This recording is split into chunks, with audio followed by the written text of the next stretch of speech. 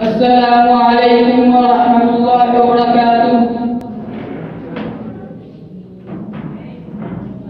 نحمده ونصلي على رسوله الكريم، أما بعد فأعوذ بالله السميع العليم من الشيطان الرجيم، بسم الله الرحمن الرحيم۔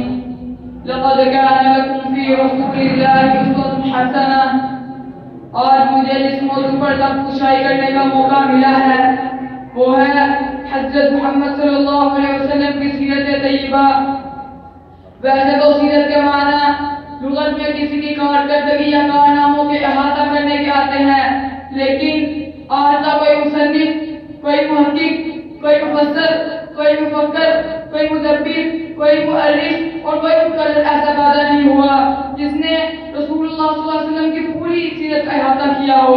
سامعین کرام، میں وقت کی نزاکت کو مد نظر رکھتے ہوئے آپ کے سامنے سیرت کے چند پہلوؤں پر روشنی ڈالوں گا۔ جب میں تاریخ کا مطالعہ کیا تو دیکھتا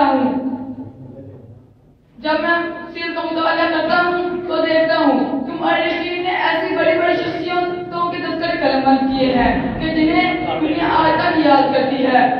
آج لوگ خادم طاہر سے محبت رکھتے ہیں اس کی سخاوت کی وجہ سے، نوشیروان سے محبت رکھتے ہیں اس کے عدل و انصاف کی وجہ سے، رستم کا نام لیتے ہیں اس کی شجاعت کی وجہ سے، سقراط کا نام لیتے ہیں اس کی علم و حکمت کی وجہ سے، پھر دوستی اور ساتھ سے عقیدت رکھتے ہیں ان کی قوت گویائی کی وجہ سے۔ تو میں استاد اقدس کی سیرت کیوں بیان نہ کروں جو ایک تمام تر کمالات کا مجموعہ تھی؟ تو پھر یہ بھی ایک حقیقت ہے کہ ان لوگوں میں جو کمال پایا جاتا تھا وہ ناقص تھا۔ میرے پیغمبر صلی اللہ علیہ وسلم کا ایک کمال کامل ہے۔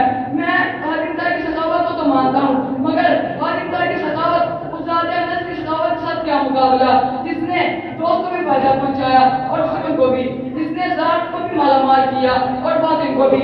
میں نوشیروان کا عدل و انصاف کو تو تسلیم کرتا ہوں، مگر نوشیروان کا عدل و انصاف اس رسول ہاشمی کے ساتھ کیا نسبت جس نے عرب کے انتقامی اور ظالمانہ ماحول کے اندر عدل و انصاف کے میٹھے چشمے جاری کر دیے، اور جس نے یہ اعلان کیا کہ اگر محمد صلی اللہ علیہ وسلم کی بیٹی فاطمہ بھی چوری کرے تو اس کا ہاتھ بھی کاٹ دیا جائے گا، اور جس نے بدلہ لینے کے لیے اپنی قبر عمر کا ایک عام آدمی کے سامنے نہیں کر دی۔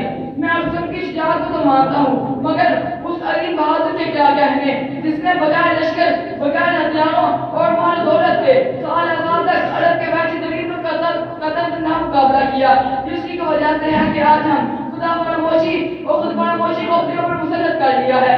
ورنہ سیرت کے جلسے تو بہت ہو رہے ہیں، مگر وہ فضا اور ماحول ہم نہیں بنا پا رہے جو صحابہ اکرام کے دور میں تھے۔